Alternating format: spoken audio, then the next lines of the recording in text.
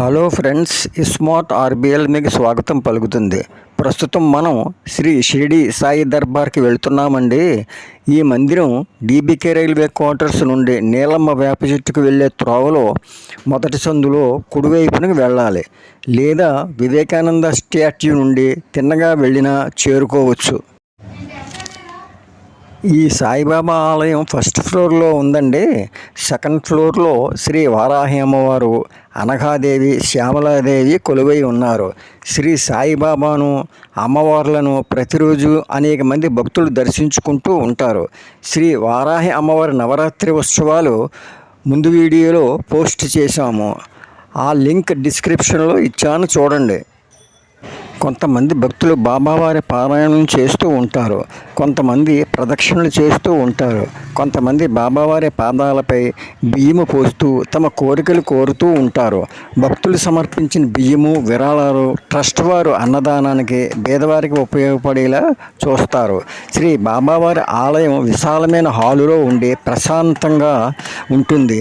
Hall గోడల మీద బాబావారి కాలంలో ఉన్న అనేక మంది ఫొటోస్ మనము చూడవచ్చు.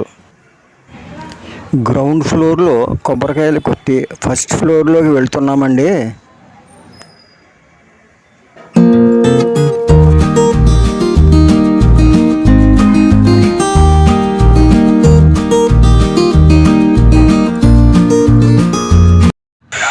ఫస్ట్ ఫ్లోర్లో ఉన్న బాబావారి దర్శనానికి వచ్చామండి. ప్రక్కనే శ్రీ విఘ్నేశ్వర స్వామి వారిని దర్శించుకున్నాం.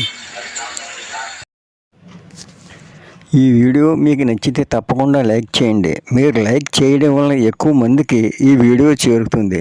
షేర్ చేయండి, కామెంట్ చేయండి, సబ్స్క్రైబ్ చేసి ప్రక్కనున్న బెల్ ఐకాన్ని క్లిక్ చేయండి. మేము చేసే ప్రతి వీడియో నోటిఫికేషన్స్ మీకు వస్తాయి. కొత్తగా పోస్ట్ చేసిన వీడియో లింక్స్ డిస్క్రిప్షన్లో ఇచ్చాను, చూడండి.